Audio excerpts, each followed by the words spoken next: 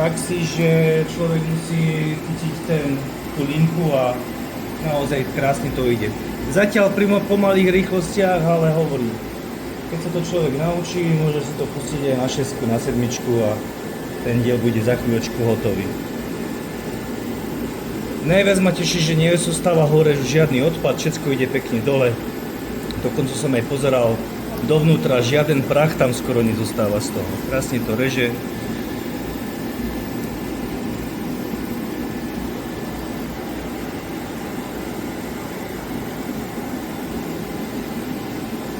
Výmene kolísky naozaj tomu veľmi, veľmi pomohlo. Šup.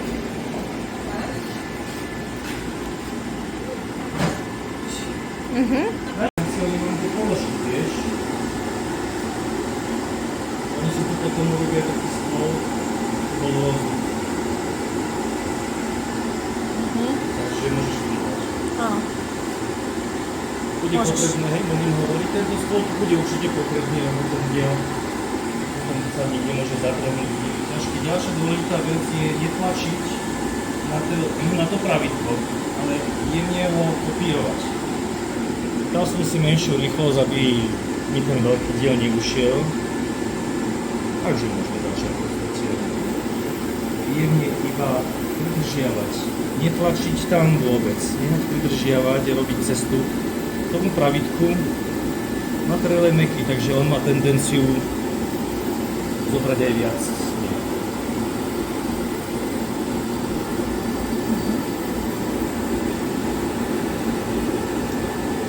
Asi tam väčšiu rýchlosť.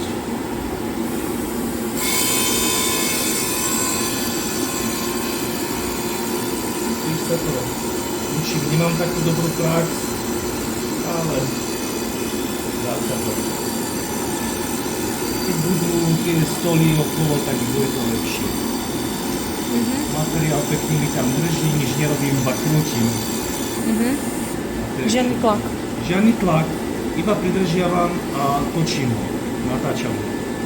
A musí mi presne kopírovať, nemôžem tlačiť ho tam do dnu, lebo by z tých 7 by bolo 8 rýchlo.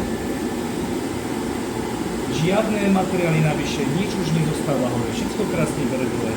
Problém bol, že tlačítko, tu je výsledok, 7 mm. Tu troška viac som zatlačil a už je 7,5, no ale to hľadom netreba to vyskačiť. Dobre, potom ťa ešte zavolám na